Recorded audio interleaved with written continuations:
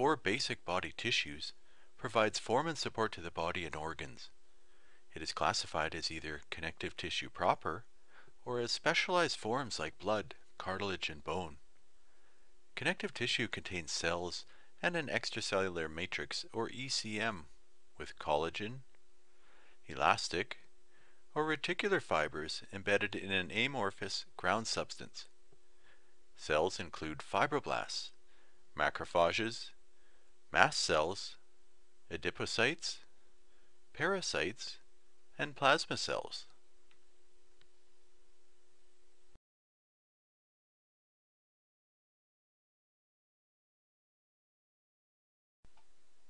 Connective tissue proper can be categorized by the arrangement and kinds of fibers and abundance and types of cells.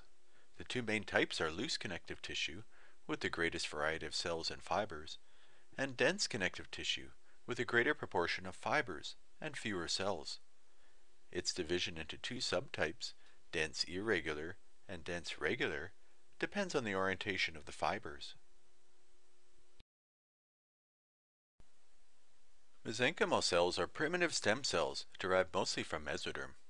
During embryonic development, they differentiate into cells of connective tissue, bone, cartilage, blood, and muscle. Mesenchymal cells are often used as a source of pluripotential stem cells for tissue repair and transplantation because they can develop into other cell types. Tumors of connective tissue, or its mesenchymal precursors, are known as sarcomas. The fibroblast, the main cell type of connective tissue, synthesizes and secretes ground substance and connective tissue fibers, including collagen, elastic, or reticular fibers. In mature connective tissue, these cells are relatively inactive and known as fibrocytes. In growth, injury, or wound repair, they proliferate and become active fibroblasts. The fibroblast contains prominent rough ER, free ribosomes, Golgi, and mitochondria. They are usually elongated with many tapering cytoplasmic processes. A feature of connective tissue is the ability to provide repair after injury. Scars originate mainly from fibroblasts and their extracellular products. Fibrosis is deposition and overgrowth of fibrous connective tissue due to injury, infection, or long-term inflammation.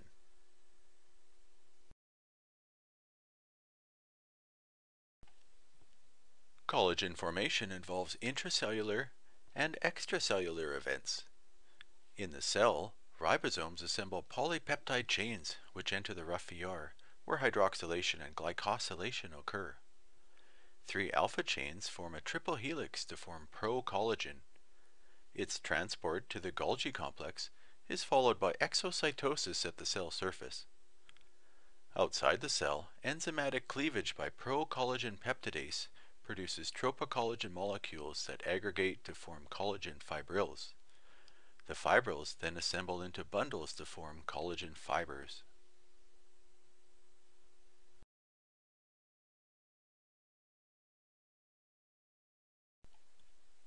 Collagen, the most abundant extracellular protein, has at least 20 genetically distinct types. This high magnification TEM image shows collagen fibrils in the upper left beside a fibroblast. The distinctive axial periodicity of type 1 collagen is evident when fibrils are sectioned in a longitudinal plane. The cytoplasm of the adjacent fibroblast contains multiple closely packed rough ER cisternae and a mitochondrion.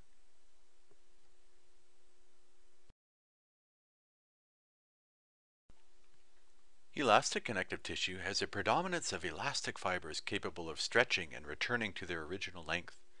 They cannot be easily distinguished with conventional methods, so special stains are used, as shown here with Van Giesen and GAF, which darkly stain the fibers. They are abundant in lungs, skin, and urinary bladder. In arteries, they form concentric laminae. In these sites, smooth muscle cells produce the fibers. In other areas, fibroblasts produce them. Reticular connective tissue, a specialized loose connective tissue, has wide body distribution in lymphatic and hematopoietic organs such as bone marrow, lymph node, and spleen. Reticular fibers are thin, branching fibers made of type 3 collagen. They stain poorly with H&E and require special stains. They have an affinity for silver salts, known as argyrophilia, and are strongly PAS positive, indicating a high carbohydrate content. Mast cells are normal elements of connective tissues and lamina propria mucous membranes, where they trigger or maintain inflammatory and immune responses. They have many prominent cytoplasmic granules and sit close to small blood vessels where they perform many sentinel functions for host defense. They are found at sites of inflammation and play a central role in immediate allergic reactions. Mast cells release potent inflammatory mediators such as histamine, heparin, and chemotactic factors. Anaphylaxis is a life-threatening allergic reaction initiated by mast cells.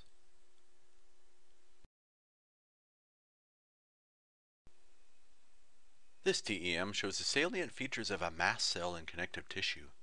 They have an irregular border and contain many granules of varying size in the cytoplasm. The granules store various inflammatory mediators that, upon stimulation, discharge into the surrounding extracellular space. Plasma cells are mature B lymphocytes that are specialized for antibody production.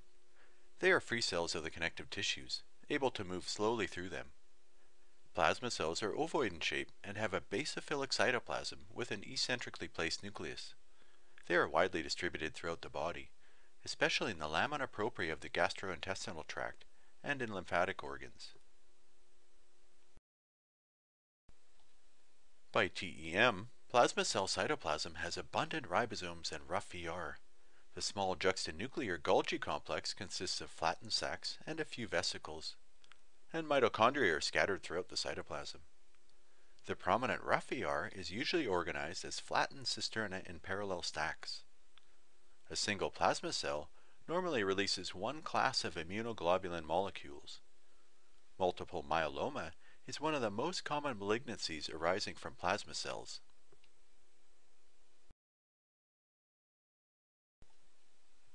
Macrophages belong to a family of monocyte-derived cells that have wide distribution in the body, including Kupffer cells in liver, alveolar dust cells in lung, microglia in brain, Langerhans cells in skin, dendritic cells in lymphatic tissue, and osteoclasts of bone. These avidly phagocytic cells engulf particulate matter, infectious organisms such as bacteria, and damaged cells. Macrophages are attracted to sites of inflammation and engage in the immune response. The ultrastructure of macrophages reflects their ability to phagocytose, synthesize various secretory products, and engage in amoeboid movement and migratory activity. Depending on the cell's functional state, electron microscopy shows many primary lysosomes, phagosomes, secondary lysosomes, or tertiary lysosomes, also known as residual bodies, which contain indigestible remnants. Pseudopods are numerous in actively phagocytic cells.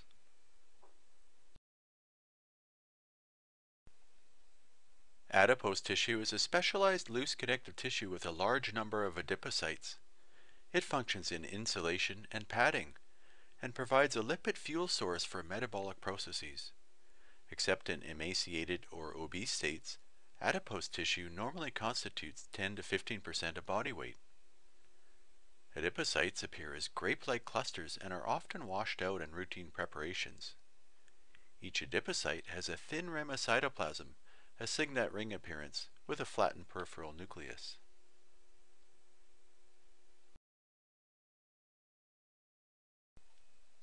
Adipocytes are specialized for synthesis, storage, and mobilization of neutral fats called triglycerides. These fats are stored in lipid droplets, which appear as either one large single droplet in unilocular adipocytes of white fat, or as multiple lipid droplets in the less common multilocular adipocytes of brown fat. When fats are needed to provide fuel for cells in other tissues, adipocytes release them as acids into the circulation. Tendons and ligaments, specialized forms of dense, regular connective tissue, are composed of fibroblasts embedded in a matrix of ground substance and connective tissue fibers. Regularly arranged type 1 collagen is the main constituent of the ECM and provides mechanical strength to these tissues. Tendinitis is a common condition that involves inflammation of a tendon or its sheath from overuse injury. This concludes the overview of Chapter 3, Connective Tissue. Thank you for watching.